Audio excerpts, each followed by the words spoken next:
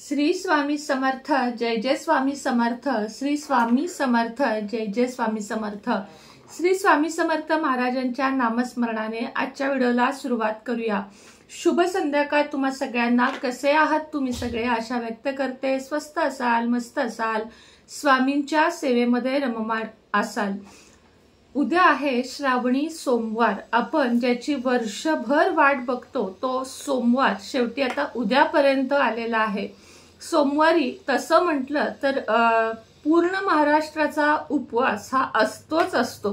एक 10% लोक सोडले जे वयस्कर आहेत किंवा ज्या महिला प्रेग्नंट आहेत, ज्यांना खूप काही औषधं किंवा उपवासाला बंदी आहे, या सगळ्यांचे 10% सोडून 90% लोकांचा उपवास, अगदी मुलं सुद्धा, लहान मुले मुली सुद्धा श्रावणी सोमवार हा निश्चितच धरतात आणि धरावा। महादेवाची अखंड कृपा, आरोग्य, आयुष्य हवे असेल तर सोमवारचा उपवास नक्कीच धरावा। आणि श्रावणी सोमवारचा उपवास तर एकदा धरला असेल तर तो सोडू नये असं म्हणतात। आणि चुकून तुमचा सुटला जरी असेल तरी पुन्हा धरावा। आणि तुम्हाला जर सोडायचा असेल काही कारणानं तर संकल्प मंदिरामध्ये जाऊन सोडावा आणि त्यानंतर उपवास सोडला तरी चालतो। तर सोमवारी महादेवाची पूजा घरच्या घरी पिंडीवर कशी करावी त्याचा व्हिडिओ आपला आलेला आहे। तो बघितला नसेल तर आवर्जून बघा। अगदी सोप्या पद्धतीने, सोपा मंत्र आणि अतिशय साध्या पद्धतीने आपण पूजा कशी मांडावी हे दाखवलेले आहे। आता आजच्या व्हिडिओमध्ये उद्या उपाय काय करायचा याबद्दल आपण बोलणार आहोत। श्रावणी सोमवारचा जो उपाय आहे तो तर तुम्हाला करायचाच आहे। त्याशिवाय 1-2 गोष्टी सांगत आहे, त्या देखील केल्यात तर तुमच्यासाठी, माझ्यासाठी, सगळ्यांसाठीच ते चांगलं आहे। उद्या सगळ्यात आधी सकाळी उठल्यानंतर, सोमवार आहे, तुम्हाला जर केस धुवायचे असेल तुम्ही धुवू शकता। काही म्हणजे प्रत्येकाची इच्छा की तुम्हाला काय करायचं आहे। केस धुवायचे आहेत, त्यानंतर सगळं आवरायचं आहे। तुमच्याकडे असतील तर आवर्जून पांढरी वस्त्र तुम्हाला धारण करायची आहेत। पांढरी वस्त्र ही म्हणजे पांढरा रंग शांततेचं प्रतीक आहे आणि महादेव अत्यंत शांत होते। चिडायचे तेव्हा ते नृत्य देखील करायचे, मात्र ते स्वभावाने शांत होते, त्यामुळे त्यांना पांढरा रंग खूप जास्त आवडत असे। म्हणून पांढरा रंग आपल्याला धारण करायचा आहे आणि पांढरी फुले उद्या देवांना घालायची आहेत। त्यानंतर शिवपिंडीवर अभिषेक करायचा आहे। सगळं दाखवलेलं आहे, कसं धोत्र्याचं फळ व्हायचं किंवा फूल, हे सगळं तुम्हाला कालच्या व्हिडिओमध्ये सांगितलेलं आहे। आता जे कोणी मंदिरात जाणार आहात त्यांनी पण हा उपाय करावा आणि जे मंदिरात नाही जाणार आहात त्यांनी अगदी हा उपाय घरी केला तरी देखील चालेल। काय करायचा आहे उपाय तो बघूया।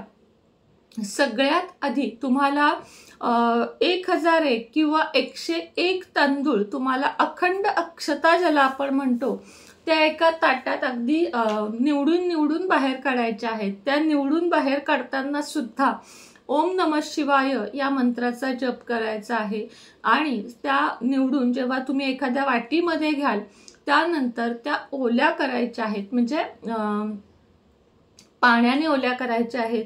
महादेवाच्या पिंडीवर कोणतीच गोष्ट म्हणजे सुकी वाहत नाहीत आणि थंड वाहतात। तर उद्या काय करायचं आहे आपल्याला? सगळ्यात आधी पाण्याने अभिषेक करायचा आहे। ओम नमः शिवाय, श्री शिवाय नमस्तुभ्यम, जे काही आवडत असेल तुम्हाला तो मंत्र म्हणत अभिषेक करून घ्यायचा आहे। नंतर पिंडी जी महादेवाची आहे, शिवलिंग जे आहे ते स्वच्छ पुसून एका बेलपत्रावर तुम्हाला ठेवायचे आहे। आणि त्यानंतर सगळा त्यांचा शृंगार झाला, भस्म किंवा आपण जे कापसाची गेजमाळ वाहतो ती वाहून झाली, फुलं, धोत्र्याचे फळ हे सर्व वाहून झाल्यानंतर 1001 तांदूळ ओले करून, आता ओले केल्यावर एक तर आपण वाहू शकत नाही, म्हणून थोडे थोडे घेऊन तुम्हाला ओम नमः शिवाय, ओम नमः शिवाय या मंत्राचा जप करत व्हायचे आहेत। आता शिवामूठ हे झाल्यानंतर मुठभर तांदूळ करावेत आणि नंतर महादेवावर ते ओले करून, म्हणजे वरनं पाणी सोडत सोडत तुम्हाला खाली शिवामूठ तुम्हाला सोडायची आहे। उद्याची शिवामूठ आहे तांदळाची। खरं तर शिवामूठ वाहणे हे लग्न झाल्यावर 5 वर्ष करतात असं आपल्याला म्हणजे शास्त्र पुराणात लिहिलेलं आहे की 5च वर्ष करतात. पण आजकाल शिवामूठ सगळेजणच वाहतात. तुमच्याकडेही ती पद्धत असेल तर उद्याची शिवामूठ तुम्हाला सांगते, तांदळाची आहे. मुठभर तांदूळ घ्यावेत आणि महादेवावर पाणी, त्या तांदळामध्ये पाणी सोडत सोडत ते तुम्हाला तांदूळ व्हायचे आहेत. कोरडे तांदूळ व्हायचे नाहीयेत.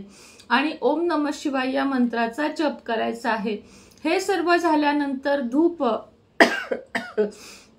दीप आणि आरती, नैवेद्यामध्ये दूध साखर, बाकी काही नाही, केळे दूध साखर, राजगिऱ्याचे लाडू असा नैवेद्य तुम्हाला अर्पण करायचा आहे. दोन्ही वेळेस आरती करता आली तर जास्त चांगलं. मंत्र जप जो आहे तो तुम्हाला रुद्राक्ष माळेवर करायचा आहे. रुद्राक्ष माळेवर तुम्हाला 11 माळी जप जर जमला तर अवश्य करा. शिवलीलामृतचा 11वा अध्याय किंवा संपूर्ण शिवलीलामृत सोमवारी तुम्हाला पठण करायचे आहे. नाही जमले तर श्रवण करायचे आहे. अशा पद्धतीने आपल्याला श्रावणी सोमवार साजरा करायचा आहे. संध्याकाळी जेवताना साधे, जे सात्विक जेवण म्हणतो आपण, वरण भात, पालेभाजी, चपाती, अशा पद्धतीने तुम्हाला हा उपवास सोडायचा आहे. कांदा लसूण एकदम घट्ट म्हणजे काय म्हणतो आपण त्याला, ग्रेव्ही, असं का खाऊ नये, कारण दिवसभराचा उपवास झालेला असतो आणि श्रावणामध्ये सात्विक आहाराला खूप जास्त महत्व आहे. म्हणून सात्विक आहार घ्यायचा आहे. आता अजून एक, पारद शिवलिंगाचे बुकिंग चालू आहे. आपले नाव, आपले गोत्र हे सांगून, तुमच्या घरच्यांची नावे सांगून आपण पारद शिवलिंग सिद्ध करून देत आहोत. तर बुकिंग जेवढे झाले आहेत तेवढे पुढे मी पाठवलेले आहेत. अजून ज्यांना पारद शिवलिंग, पितळी शिवलिंग, स्फटिक शिवलिंग ज्यांना ज्यांना हवे आहे, त्याचप्रमाणे शाळीग्राम सुद्धा आत्ता म्हणजे श्रावण महिन्यात खरेदी करावा. कोणत्याही देवी देवतांच्या मूर्ती हवे असतील तरी या महिन्यात खरेदी करा.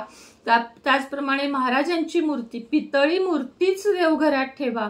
ती पितळी मूर्ती हवी असेल तरी सुद्धा आपल्या दिलेल्या नंबरवर तुम्ही व्हॉट्सअप मेसेज करा. 50 गाईच्या तुपांच्या वातीचा डबा. आता बघा, आजकालच्या ह्याच्यामध्ये वाती भिजवा, परत ती वात तुपात घाला, निरांजनामध्ये घाला आणि एक 5 मिनिटात ती विजते, कारण तुपाच्या आत आली की ती विजून जाते. पण आपल्याकडचा जो हा गाईच्या तुपाच्या वातींचा डबा आहे हा ओरिजिनल तर आहेच. आता मार्केटमध्ये असे अनेक डबे आलेले आहेत बघा. आपण जेव्हापासून चालू केलं तेव्हापासून असे खूप डबे आले आहेत. पण आपले जे डबे आहेत, म्हणजे आपली जी वात आहे ती मेण विरहित आहे. यामध्ये मेण नाही. गाईचं, संपूर्ण गाईचं तूप, देशी गाईचं तूप वापरलेलं आहे. जे हे तयार करतात त्यांचा 100 गाईंचा गोठा आहे. त्यामुळे ओरिजिनल गाईचं तूप काढूनच तुम्हाला हा केला जातो. त्याचा विशेष म्हणजे ह्याच्यात कलाव्याची वात आहे.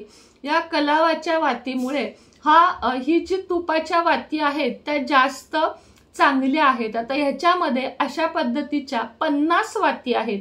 म्हणजे तुम्हाला 1 महिना, जर 1 वात रोज लावत असाल, 2 वाती, तरी पण एक साधारण महिनाभर तुम्हाला जाईल.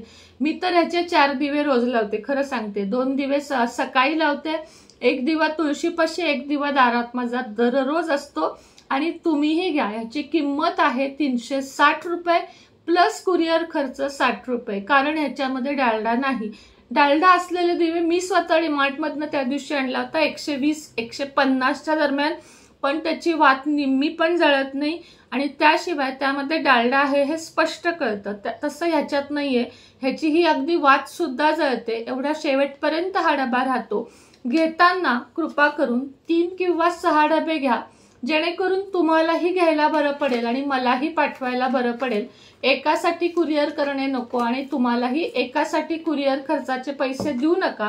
3 डब्याला सुद्धा एकाच कुरिअरचा खर्च मी घेईन, जरी याला वजन असेल तरीही. तर आत्ता जवळजवळ आपल्याकडं, इथं दाखवते तुम्हाला वाटलं तर, खूप डबे आहेत. बघू शकता, इकडे दिसले, खूप डबे आहेत आणि अजूनही तेवढेच एक बॉक्स पण आपल्याकडे आहे. क्वांटिटी भरपूर आहे आता ह्याची. त्यामुळे जेवढे हवेत तेवढे तुम्ही मागवा. पारद शिवलिंग, देवी देवतांच्या मूर्ती, उदबत्त्या सुद्धा आपल्याकडे सगळ्या आहेत. तुम्ही मला सांगा की ताई आम्हाला 6 पाकिट उदबत्ती पाठवून द्या. बांबूलेस आहेत, बांबूच्या आहेत, धूप आहे, सगळं काही आपल्याकडे आहे. त्याच पद्धतीनं आता दाखवेन मी तुम्हाला एखाद्या व्हिडिओमध्ये. ओलं चंदन, कस्तुरी गंध तर खूप सुंदर आहे. हिना अत्तर, ओरिजिनल हिना अत्तर, वेगवेगळे अत्तर आहेत. त्याचप्रमाणे हिनाचा स्प्रे आहे. हे तुम्ही नक्की घ्या. देवपूजेचं सामान नक्की घ्या तुम्ही, तुम्हाला त्याचे पैसे वसूल होतील. ज्यांच्या तक्रारी आहेत, ताई मेसेजला रिप्लाय देत नाहीत, बहिणींनो समजून घ्या. खूप रिप्लाय असतात. मी एकही कुणाचे व्हिडिओ सुद्धा बघायला सध्या वेळ नसतो, इतके कंटिन्यू रिप्लाय मी करतेय. जेवढे मी खाली रिप्लायला उत्तर देईन बघते तर तेवढे पुन्हा वर साठलेले असतात. त्यामुळं रिप्लाय येईल, वस्तू येतील. साधारण 15 दिवस, ही 15 दिवस कधी कधी महिना पण वस्तूंना लागतो. पण आता सिस्टीम बदलली आहे मी. आता लवकर लवकर ऑर्डर तुमच्यापर्यंत पोहोचणार आहेत. या पुढच्या ज्या आहेत त्या लवकरच आपण वेबसाईट तयार करत आहोत स्वतःची. ती झाल्यावर तर तुम्हाला रिप्लायला पण वेळ लागणार नाही आणि ऑर्डर यायला पण वेळ लागणार नाही. साधारण एक पुढच्या महिन्यापर्यंत वेबसाईट आपली चालू होत आहे. तर चला, आत्ताच्या व्हिडिओमध्ये इतकीच माहिती होती. पुन्हा भेटेन नवीन व्हिडिओ सोबत, नवीन विषयासोबत. तोपर्यंत तुम्हा सगळ्यांना श्री स्वामी समर्थ.